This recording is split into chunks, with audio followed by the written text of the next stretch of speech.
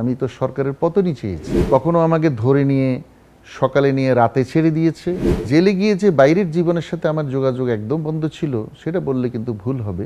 আপনি একজন ঊর্ধ্বতন সেনা কর্মকর্তা হিসেবে জীবনযাপন করেছেন, দেশের জন্য লড়েছেন, বীর বিক্রম উপাধি পেয়েছেন, কিন্তু তারপরে এসে আবার বিভিন্ন কারণে আপনি জেল জীবনে ছিলেন।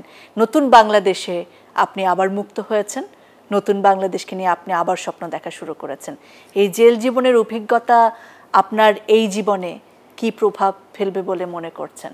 আমি জেলে যাওয়ার আগে মানুষের অধিকার, গণতন্ত্রের পুনঃপ্রতিষ্ঠা যেটা হারিয়ে গিয়েছিল, কথা বলার অধিকার, মানুষের ডিগনিটি অফ হিউম্যান লাইফ, ডিগনিক্রেসি, এগুলো নিয়ে চিন্তা করেছি, অনেকের সাথে কথা বলেছি এবং আমার মনে হয়েছে যে ওই স্বৈরাচারী ফ্যাসিস্ট সরকারের ক্ষমতায় থাকলে এটা কোনোদিন আসলে সম্ভব নয়। স্বৈরাচার তার অবস্থানকে দীর্ঘায়িত করার জন্য বিভিন্ন রকমের পলিসি গ্রহণ করে, বিভিন্ন ধরনের সে কৌশল নেয় এবং এই কৌশলের মধ্যে ন্যারেটিভের সবচেয়ে খারাপ দিকটা হলো বাংলাদেশের মানুষকে ভাগ করে ফেলা।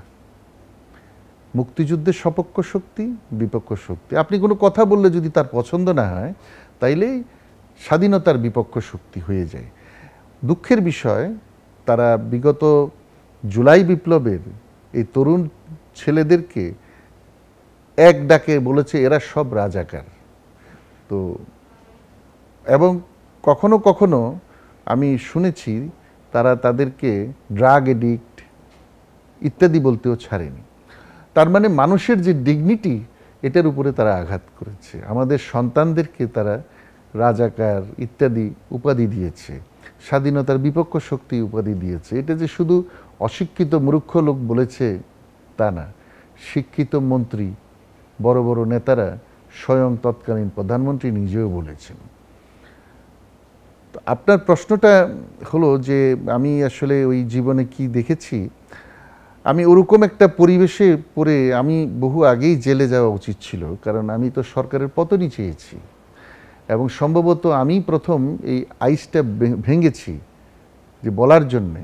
আমরা এমন একটা অবস্থায় ছিলাম যেখানে পার্শ্ববর্তী দেশের আগ্রাসন, সরকারের স্বৈরাচার নীতি, দমন নীতি এবং মানুষের উপরে নির্যাতন, নিপীড়ন, হত্যা, খুন, গুম ইত্যাদি নির্বিচারে জনগণকে মুখ বুজে সহ্য করতে হয়েছে। এটা নিয়ে কেউ কথা বলার কোনো সুযোগ ছিল না।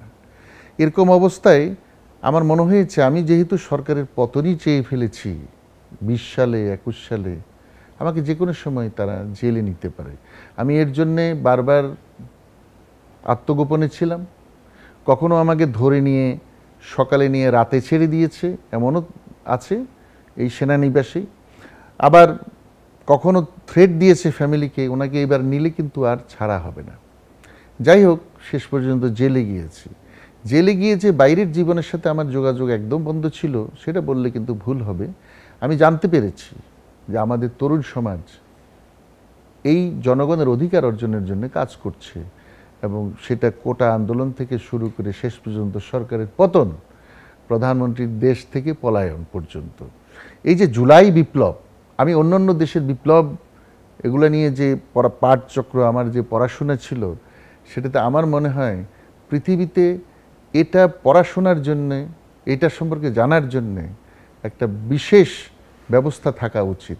এটা নিয়ে লেখালেখি করা উচিত, এটা নিয়ে রিসার্চ করা উচিত এবং এটা অন্তত আগামী দিনে আমাদের তরুণ প্রজন্মকে স্কুলে, কলেজে পড়াশোনা করানোর জন্য একটা চ্যাপ্টার হিসেবে, মানে ক্লাস 8, 9, 10, 11, 12, ইভেন ইউনিভার্সিটিতেও এই সাবজেক্ট পড়ানো যেতে পারে।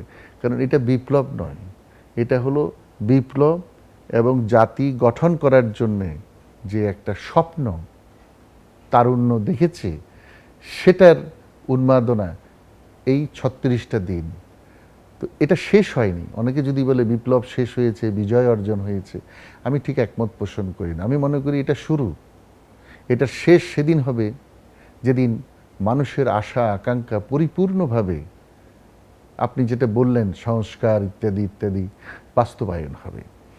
আর এটা করতে গিয়ে আমি যে জুলুমের নির্যাতনের শিকার হয়েছি, একজন মজলুম হিসাবে আমি মনে করি আমাকে, আমার বয়সকে আমি হারিয়ে ফেলে আমি আবার তারুণ্যে ফিরে গেছি এবং আমি প্রয়োজনে এই তরুণদের সাথে এখন একসাথে কাঁধে কাঁধ মিলিয়ে আবার লড়াই সংগ্রামে অবতীর্ণ হব, যদি কোনো শক্তি, অপশক্তি আমাদের এই স্বপ্নকে, যা আমি হৃদয়ে লালন করি, বাংলাদেশের 18 কোটি মানুষ হৃদয়ে লালন করে এখন, এটা ধ্বংস করার জন্যে আবার ফ্যাসিবাদের সৃষ্টি করার চেষ্টা করে।